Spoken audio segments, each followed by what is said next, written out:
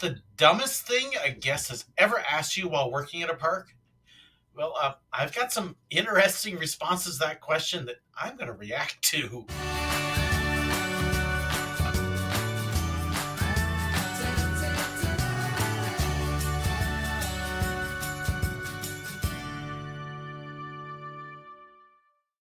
So I had one of my supporters send me this link to this compilation of TikTok videos. Now, I'm not a big TikTok fan, but it's Disney cast members answering what's the dumbest thing a guest has ever asked you while working at Disney. And I couldn't help but react to this one. I have not watched this at all yet, so you are going to see my genuine initial reactions to these. And hopefully it'll be a lot of fun because you never know what you're going to get with this kind of thing. So let's jump on in and let's see what we got here. What's the dumbest thing a guest has asked you while working at Disney World? I never worked at Disney World, but Not with that hair. I work at a fun center. You know those places with mini golf and like go-karts and stuff? Yeah. This hair? Yeah, he'd never get into Disney. Yeah, I worked on one of those, and one thing that they told me is that when people visit there, they go on vacation mode. And I didn't know what it was, but it's a true thing. I don't know if it's scientifically, but basically when people go to like a fun center or Disney World or whatever, they go into this vacation mode where they drop every worry ever, and along it apparently goes common sense, because my golly, some people. But like, so I worked go-karts, and I would have the dumbest questions all the time.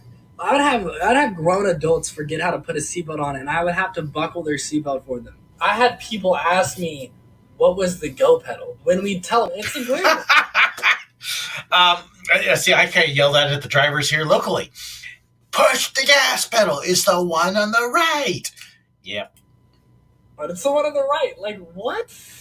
Not many people know this about me, but freshman year of college, I was at the Disney college program, and I was at Space Mountain. On this particular day, this woman, very large woman, decides she's going to ride Space Mountain with her family. Well, we have a weight limit.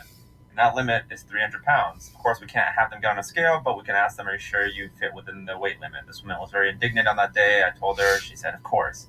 She gets on the ride. The rail comes click, click, click, click, click, clicks down. Everything was fine. She rides the ride, and it's time to get out. You know, like a can of biscuits, everything is fine when it's closed, but the second you pop it, everything spills out, and it's never possible to put back in. This is what happens with her. The train cart stops at the exit. The lap bar comes up. Click, click, click, does not able to come all the way up. She's unable to pull herself out. We have to call the police and the fire department. They come out there in front of this massive line of people, of course, and jaws of life her ass out. And she asked us with a straight face, why? Wait.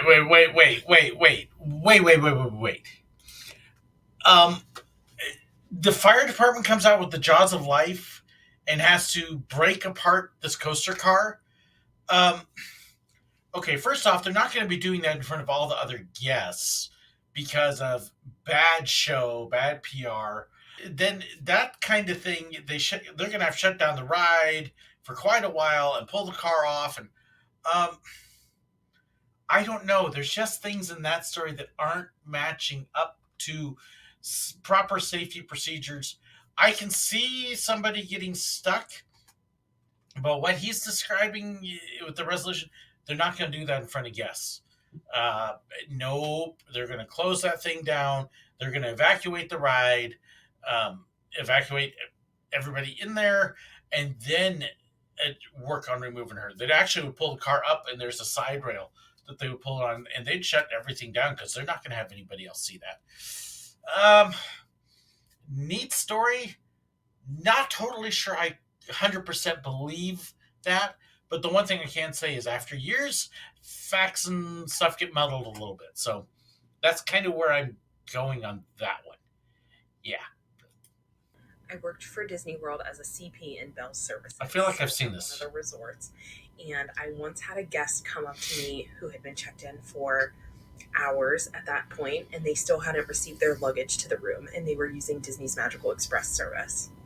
We were trying to track down their luggage, and we couldn't find it anywhere. So at the time, Disney's Magical Express, you check in your luggage with the airline, and then when you got to the airport, you could actually leave your luggage on the luggage deal, and Disney's Magical Express would come pick it up for you. I'm betting they probably never checked in their luggage and left it at the original airport. Disney's Magical Express is only in Orlando. It's not everywhere. In our system, so we finally asked the guests where they left their luggage. They told us that they left it on their front porch of their home because they thought the service was magical and that they would come pick it up and take it to their room, as if there's a magical bus around all over the world and just. I totally, completely, 100% believe that. Absolutely. I've seen some doozies that's completely believable to me. Somehow Tinkerbell's going to fly to our house and pick up our suitcases. It's awesome if you're at the Orlando airport, but it doesn't go beyond that for reasonable reasons. So I was a cast member for 5.5 years. I got let go because of COVID, but I Ouch. have a lot of stories, but this one is my favorite. So one day when I was working in Magic Kingdom in Fantasyland, I was a merchandise cast member, and I had a guest come up during a rainstorm. We had a huge line full of people wanting to buy ponchos, and this particular guest came up to me and... By the way, trivia fact for you. Best-selling item at Walt Disney World, rain ponchos. Number 1. said, I know you do this on purpose. And I was like, I'm sorry, ma'am. And she said, I know you do this on purpose. The rain dome. It's like, I'm sorry, can you be a little bit clearer? I'm a little confused. And she said, I know Disney makes it rain so they can sell ponchos. I'm not kidding. She legitimately said that. Welcome to Florida. Yep. Got stuff like that all the time. Why don't you fix the weather dome? Why don't you turn the rain off? It's a natural phenomenon, people. And yes, this expression, this is pretty much, hello? I was 17 when I was working at Disneyland as a Jungle Cruise skipper, and it was pouring, and I was outside the park gates in costume. So somebody comes up to me and asks if it was raining inside Disneyland. It's same. Because Disney's so magical, it can control the weather. Yeah. Brilliant people. I just want to say I no longer work for the company. I don't speak for the brand, yada, yada, yada. I'm going to try to make this quick. Me so too. At my time at Disney, I was a performer, and although I personally didn't have any personal experiences with guests, the characters that I were friends with did. I would say she's a princess. I can't tell you how many times a guest has come up to me in character and asked me to hold their baby. Their, like, newborn, precious, fragile. No, they can't hold babies. And in case you didn't know, characters can't do that at Disney. Even if you see them do it, they're not supposed to. Sometimes they wouldn't even ask. They would just toss their baby into your arms. Emphasis on baby. Like, I'd be facing over here signing an autograph book, and then all of a sudden I see a baby flying at the right side of my head. I have to catch it like a football. Oh, here's another good one. We would see people on the train at Silver Dollar City hand their babies over the side of the rail to the train robbers with an 8-foot drop. Hello? What are you doing? Yeah. It's like, why do we value your child more than you do? There'd be times in parades where guests want to get, like, pretty personal with you, right? So we're dancing, going down Main Street, USA, and then all of a sudden a small child's getting thrown at my shins and a parent's begging me to take a picture with them. No. Yeah, middle of the parade. I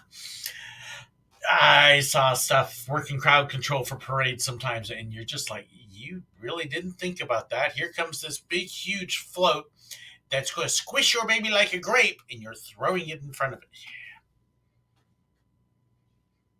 Hello? McFly? I worked at Disney World twice as a CP in both attractions and in food service. So I have a plenty. This is one of my favorites, so I'll just act it out for you. Hello, princesses and princes. Thank you so much for the wait. The ride's getting ready to start, so we'll be seating in just a moment. Just, ma'am, before you start seating us, I have a question. Yes, of course, ma'am. How can I help you? When is the rain going to stop? Well, it's a little hard to predict. Weather again. Noticing a common theme and trend here with all of these. Okay, I would tell people at Silver Dollar City, because they would come up to me and ask, "So when's the rain going to stop?" We don't have radar out there, but Silver Dollar City does have a Christian element to it, so you can actually talk about God there. Whereas Disney, nope, no God talk. But I would tell people when they come up and ask, so when's the rain going to stop? I do talk to God. I believe I hear from him, but he doesn't give me weather forecasts or timing. Sorry. Uh, or I'm not a weather forecaster. We don't have access to that. Your guess is as good as mine. Don't ask cast members about the weather. They don't know any more than you do. In fact, you probably know more than they do because you can pull your phone out and look at the weather. They can't. Be anywhere from 5 minutes to a couple hours. No, I mean, like, when are you guys going to turn it off? Turn what off? The rain. Turning off the rain because we don't really like getting wet. You're in Florida. Turn off the rain? Yeah, like you do for the shows and the rides. Like, when is the rain? When are you going to turn that off? We don't? Yeah. So, aside from my all-time favorite, which is how do I get to Disney World when you're standing in Animal Kingdom? Yep. And it's tough to be a bug in the middle of Disney World. Yeah. Epcot all the time. My favorite, it's not actually mine, it is one of my old managers. He was working at Splash Mountain at the time, and he had gone back to guest relations to do like his recap stuff. And he got a guest family who literally were there to complain because they got wet on Splash Mountain. They wanted their money refunded for the park ticket. What? We got wet on a water ride? No! How dare you splash me on Splash Mountain? Yep. People. It doesn't surprise me because I've seen it and I've heard it, and yeah, you just want to take these people, well-meaning, go turn on the brain, please. Hello, I worked for Disney for 5 years until COVID hit, and I was concierge for all 5 years. Back the camera. And front desk. So I have actually already seen a video where someone explained that they got told that the guests left their luggage on the front porch and expected Magical Express to pick it up from there. Yep, I've gotten one of those too, except my guest was from Japan, so that was worse. The other one was I had handed the Magical Express papers to a guest, and she was like, okay, how is this going to get me to my connecting flight? Like, where's the bus for that? Do I need another paper for my connecting flight? No, ma'am. I'm pretty sure you're already in the airport that you need to be, and Disney is not going to go to Dallas, Texas to shuttle you to the next airplane. Yep. Okay, so I used to work for Disney Cruise Line, and this is not my story, it's a coworker's story, but I was there for the whole thing. We had a guest call from their stateroom saying that the room they were in was not the room they had booked. So they called over to Shoreside and asked to verify the reservation was the type of room they had booked because we didn't have control of the system yet because we were still at dock. And everything matched up in the system. So my coworker asked the guest, more specifics. Is there not enough sleeping space? Because there are beds that come out of the walls and ceilings and cruise ships. And sometimes guests assume that there's not enough bedding. Or if they can't find the toilet or the bathtub because they're in two separate little rooms. And sometimes they just don't open the second door. And the guest said, no, none of that. And so we said, well, ma'am, what's the problem with your room then? And she said, I booked an Ocean View Family Deluxe stateroom and I have a view of the parking lot. Because, as you're cruising in the ocean, that parking lot's going to stay right there.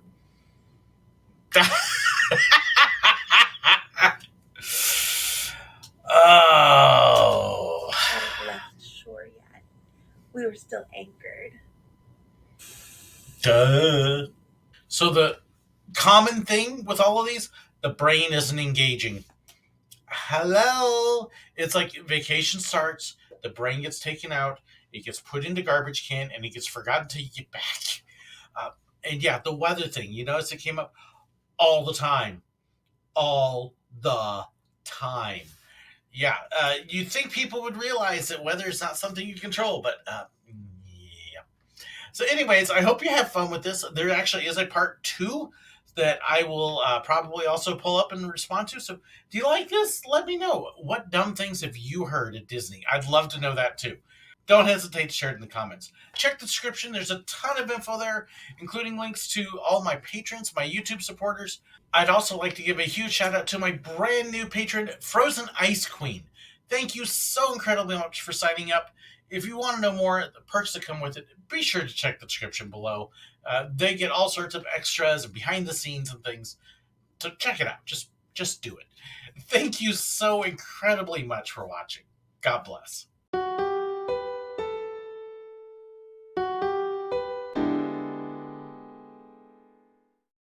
I hope you enjoyed this video.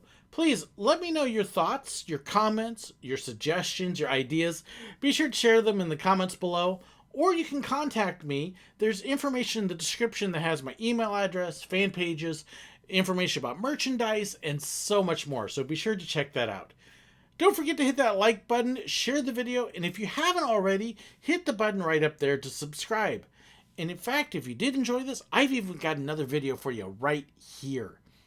And also about these wonderful people here, those are my YouTube members and my patrons, the ones whose financial support makes this possible. I couldn't do it without them. If you want to know more about that and the perks that come with it, well, be sure to check the description. There's a link right down there. Thank you so incredibly much. God bless.